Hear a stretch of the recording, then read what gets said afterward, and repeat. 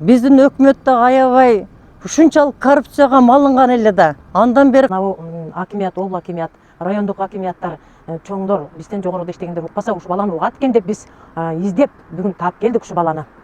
Кирбеген үйüm калады. Акимге бардым, акимиятке кирдим, участкаларга бардым, баарыга арзандым. Такыр бир илажы болбоду балам. өзгөндө коррупция ошончо болуп кетип атат. Мисалы ошо биздин эле ошо Дөң-Булак айыл өкмөтү, саламатсыңарбы? Биз мажбур болдук ошого кыргыз элим кайрылууга. Ошол азаматты биз немеден көрүп, немелерден, ютубтардан көрүп, акыры мажбур болдук ушу балага да кайрылайлычы деп. Биздин өкмөт, Дөң-Булак айыл өкмөтү, Султанов Эркин, жер адеси, мурунку жер адеси Гапын, фамилиясын неметип калдым, унутуп. Булар бизге окшогон адамдардан жерлерди, чектерди, пулдарды алып алышып, жер берем, чек берем деп ушул малга чейин миллион деген акчаларды алышты булар. Эми жер жок, же чек жок. Ортодо жолдошум өтүп кетти. Менин жолдошум ортого кичине аралашып калган эле. Ошолордон пулду алып, эми кимге барышыбызды да билбей калдык. Аларды уже камаптыр. Ушу элим, журтум, ушу акыйкатчылык бар бекен, барбаган жерибиз калбады.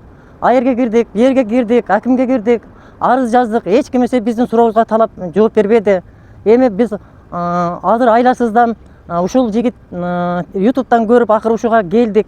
Кандай болот, кандай жок. Эми мына жолдошум раматылык ойлонуп жүрүп, ушу оорун ашырып, ошо оорудан өтүп кетти. Ортого түшүп коюп, өкмөткө ошол адамдардан ортого түшүп акча алып берип коюп. Эми азыр ошол акча бергендер келип биздин эшигибизди тешип таштап атат. Таап бересиң. Эмне болсо ham таап бересиң акчаны деп. Биз каяктан таап беребиз? Жеген булар болсо, алган булар болсо, же чек жок. Биздин өкмөттө аябай ушунчалык коррупцияга малынган эле да. Андан бери канча жыл өттү, канча жыл.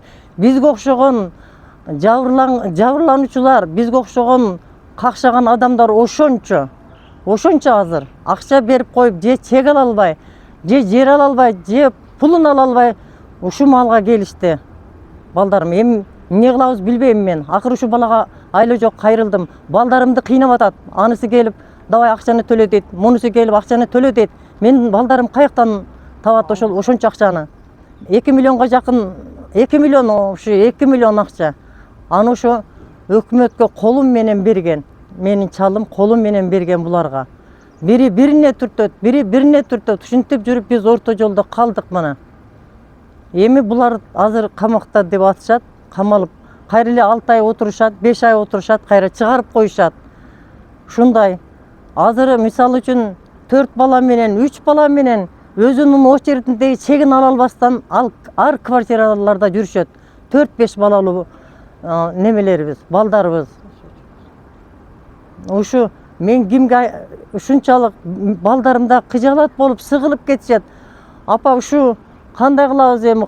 Бул адамдын акчасын биз кантип беребиз? Булар колу менен бербесе, башка кылбаса, келет 2 баласы бар, төлөйсүңөр деп ушул немеге чейин барып атат. Мен кайсы пулду берем буларга билбейм мен. Ошо айлам курган ушул балага кайрылдым. Акыйкат барбы өзү? Бул дүйнөдө акыйкат барбы? Акыйкатты чечкен адамдар барбы, жогоркулар? Сиздерден сураныч, ушулардын иштерин жакшыраак караштырып, бизге окшогон жабырлануучулардын сөзүн угуп коюңуздар. Суранам сиздерден. Биз Өзгөн районунун Дөң-Булак айылынын тургунубуз. Дөң-Булак айылынан келдик биз. Азыр Өзгөндө коррупция ошончо болуп кетип атат. Мисалы ошо биздин эле ошо Дөң-Булак айыл өкмөтү мына 10 жылдан бери жүргөндөр бар. 4 жыл, 5 жылдан бери жүрөбүз, мына берип алып, акчаны ошо ортого түшүп коюп.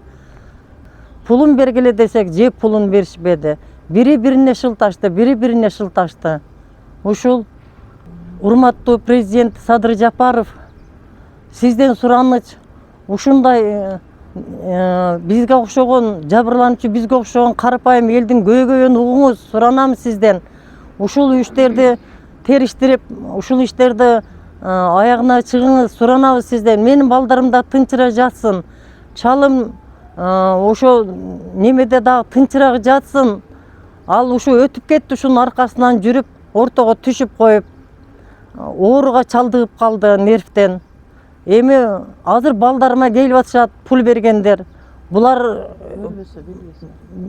бербесе, көрбөсө, атаң алган, атаң ортого түшкөн, сен бересиң, сен төлөсүң деп ошентип атышат. Assalamu alaikum el yurt.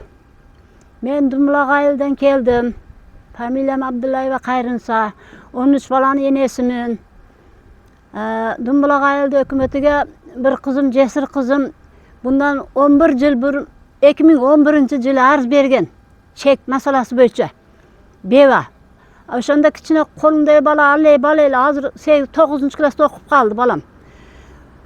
Erkinge kirip, erkin bala, mana şu cesur kaldı, şuğa bir çek berip koyasın mı desem, boptur ece dedi. 200 min akçanı erkindi koluna berdim. Anan bar dokumentleri turalap kelin ece dedi. Göz registrге kelip uyu yok degen bar joğunu tayarlap Delanı koluna berdim. Bara veren ece dedi. Endi çek tartı söylep birinci sizge berem dep erkin maktandı. Oşa boyda mana jıl ötüp ketti. Erte kelem, keç kelem, ana berem, mana berem, ana berem, mana berem dedi. Жоқ, анан 6 ай камалып чыкты. Баягы 200 миң акчаны мага кайтарып бер балам. Мени ана кызым эч койбой атат. Түнү бечара Казакстанда картошка терип, помидор терип, бадыраң терип акта топтогон акчам эле апа, сиз жеп койдуңуз, алып бериң чекти деп мени койбой айтат. Эркин жакшы болуптур балам. Ошо акчаны бер дедим. Десем, эже, туруп туруң. Кудайым буйрса, Фарук Бишкекке кетти. 2-3 günde içinde şu cer masalası mesela çeçilet sizge birinci özüm boş bolup turup çekti ölçüp berem dedi. Kamalgan adam maga çek berevi. Kim koşadı kamalgan adam 6 ay kamalap turmadan çıksa. Anan keyin uyga kelip otursam, telefondu körüp tursam, telefonda Özgür rayonundan 5 adamdı alып kirip ketdi. Anan suratını görsem erkin turat, cer hadisi turat, neme Alik bala Esen kim? Esen degen bala bari, men tanıdım bular kayaq ketdi dese, apa kamap koyuptur dedi bir balam, nebere 11'de okugan neberem. Öyle endi menin akçаны kayaqtan tabam? Koy taktaptır. Men ana yerge barayınca arzlanıp. Maga çegi hem keregi жоқ, meni akçam değil kaytarıp bersin. Anan eceleriga bardım, kayrıldım o'sha kamada turmada jatkanda. Ejeleri meni yittek boktap, siz eje nege arza жазасыз? Sizde akça bergeningizdi kim körüptü? Men kana kolunuzda barby kagazыңыз dep meni yittek kılıp aydap çıkarıp uydan. Özüm 76'ga çıktım balam. Maga çekti keregi жоқ. Maga o'sha 200 mingdi meni koluma karmat bersin, men o'sha kızdı berip ölsem közümde makam junup jatayın. Anam bu meni masalam. Endi meni bir inim bar. Jol bol deyip Azımcan degen. 7 balası var. Kızlarım turmuşka berdi, 4 balası bir korada oturuyor, 4 gelin. Her biri de 3'den 4'den balası var. Oşa beçara ukamam 100 min beri alalvadı, kakşadı. Hazır 11'de okugan balası, armiyani pütürmeden baldarıga çekti alıp, bar dokumenti kılıp, tayar kılıp alıptır balam, meni uğuşumça. Özgen rayonda içi demes, başka jaktan kelgen adamlar zаңıratıp, 1 milyondan 500 mindən berip, uydu salıp atat. Yer hadisi 2 ayda içinde 2 taş kılıp uydu bütürdü. Akçanı kayaktan aldı. Öşe eldi sörüp aldı. Erdi kakşatıp taşladı. Maga okşuğun eldi. Men 200 minge kakşasam 1,5 min, 500 min, 700 min bergen el bar eken. Men suranam, Sadır Japar balam. Şu masalany jakşına kılıp çeçip, maga okşuğun kampırlar, maga okşuğun cesur baldары var, nevereleri var, adamlarga jardam berip koy. Men çek albayım balam. Men toydum. Kele örüp tuanım talkan bop ketdi. Akır jerken çıgar verdi şu erkin. Ece düşünesiz mi? Men iş kılayım be sizde meselenizi çeçeyim mi dep çoğun adamdı çıgar verdi çalım ekөөbüz kesek. Balam. Men senden suranarım. Öşa tekşürüp durup hakikat tuura bar joğu kolumda endi kagaz alıp babapпын da mana berdim, aldım degen kagazım жоқ. Men erkindi betine koyup koydum keçe barganda. Ece berem sizge birinci berem. Tınç durun dep meni tınçlatıp koyup mına kamalıp ketdi hazır. Men kayaktan alam. Şunu çeçip meni 200 min pulumdu erkinden kaytarı alıp berişinglerdi suranam balam. Meni sözüm şu. Kirvegen uyum kaladı. Hakimge bardım, hakimiyetiga kirdim. Участкөйлерге bardım, barıga arzandım. Takkır bir ilacı boğadı balam. жол жоқ маған. Қағаз бетінде эле қалды. СМ-ге жаздым арызы. СМ текшіріп тұрып болыптыр эже. Текшіребіз деді, ошо бетче жауап қойды. Жоқ. Же ақша жоқ, же башқа сөз жоқ. Қағаз түрінде, қағаз бетінде қалды. Қағаз бар сөзім. Балам. Эми азыр ачығым келіп, мынеге келдім. Балам, шу мені сұрананым. Шуну чечіп, шу кампір 76-ге чыккан кампир эне экен, өзү мат күрөй 13 баланы төрөгөн аял экен. Шуну акчасын берип койсун деген масаланы чыгарып бер мага, балам. Мага чындык керек. Мен нансыз калганым жок, пенсиям бар. Кудайга шүгүр, 15 000 пенсия алам. Өзүм багам. Дары дармегимге жетет. Рахмат сага. Садыр. Мени унумду угуп кой, балам. Мени унумду угуп кой. Чындыкты угуп кой. Мага окшогон чындык издеп чыркыраган эл канча, балам.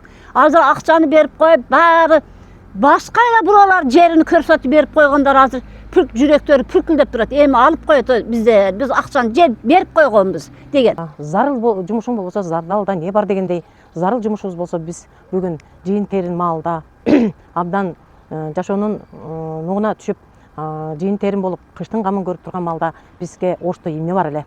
Мына эки биздин патриот жигитибиз Азамат Жапаровичти биз кандай бир сонун нерселерди чыгарып, элдин көйгөн мына акимият, обл акимият, райондук акимияттар, чоңдор бизден жогоруда иштегендер укпаса ушу баланы угат экен деп биз издеп бүгүн таап келдик ушу баланы.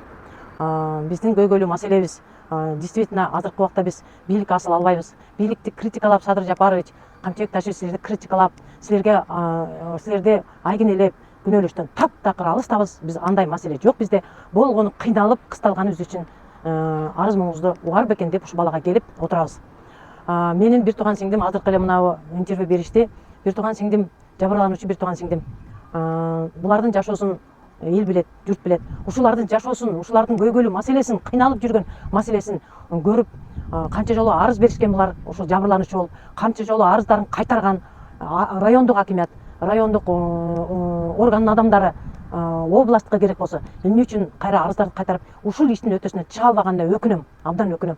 Эмне үчүн бакыйган бир район, ушунчалык элди башкарып, журтту башкарып турган район эмне үчүн ошо орган адамдары эмне үчүн ушул маселени чече албай, элдерди чырылдатып, ырылдатып ушул жерге жеткизгенине мен өкүнөм. Чындап айтканда, менин сиңдим Орукжан абдан ооруйт. Бунун өмүрлүк жолдошу ушул маселе боюнча ал эч кандай образованиясы жок, документ боюнча, кагаз боюнча түшүнүгү жок. Ортого салып, ортомчу кылып туруп өкмөт пайдаланган. Өзгөн районуна караштуу Думулак айыл өкмөтү өзүнүн сотрудниктери менен кошо бардыгы ичинде, бардыгы бири эмне үчүн бакыйган бир район чече албайт, эмне үчүн область чече албайт? Мен ушуга күйүп өлүп атам да. Кыргыз элинин бардык тагдыры сиздердин колуңуздарда. Президентский башкарууну алгансыз мойнуңузга, урматтуу Садыр Жапарович. Ошон үчүн өзүңүздөр эле катуу мера колдонуп талап кылсаңыздар, суранам ошо органын адамдарын эң биринчи эзди арыздарды сиздер арыздарды эмне үчүн ютубка чейин чыгарттырат? Элдер жадаганынан бара берип, же бара бербей, пара бер деген сөзбү? Ушуга жетип калыш керекпи? Эмнесин берет билбейм булар. Бардык адамдарды түшүрсүн, текшерсин жашоо шартын. Ал эми азыркы иштеп аткан атка минерлерден илгеркиден калган жемекей ичкич жегичтердин үйлөрүн текшерсин. Алар эмне Россияда иштедиби? Алар Россияда иштедиби? Же Кореяда иштедиби? Же чет мамлекет иштеп миллион сомдогон акчаларды алып келдиби? Ошол эле жергиликтүү жерден иштеп, ошол эле жергиликтүү жерден магазиндерди куруп, биз ага ичибиз тарбайт. Кимдин акчасы ошол? Ушуну териштирип берсин, ушуну эле текшерсин. Эмне үчүн текшербейт ушуну? Ар бир нерсени текшерип атасыздар. Сүйүнүп, сүрдүгүп, кубанып, ушунчалык куттук айтып кубанып жүрөбүз. Туура кылган ишиңиздерге чоң рахмат. Бардыгын эле жапырт элем, бардыгын эле жапырт эле басып кыйратуучу жер жок чындап. Бирок азыркы көйгөйлүү маселебиз ушундай күнгө карабастан ушу караган чагыбызда бизде 70ке жашап, 70тин жашын жашап атабыз. Садыр Жапарович, кыйналыштын кереги жок деп ойлоп атам. Мен сиздер бизге жакшы жаманды түзүп койдуңуздар. Курт жасынан жеп атат бизде. Жеп атат. Сиңдим күнү түн уйку жок, ушу өмүрлүк жолдошунун аркасынан кетип калабы деп корком. 70тин кырына жетип калды.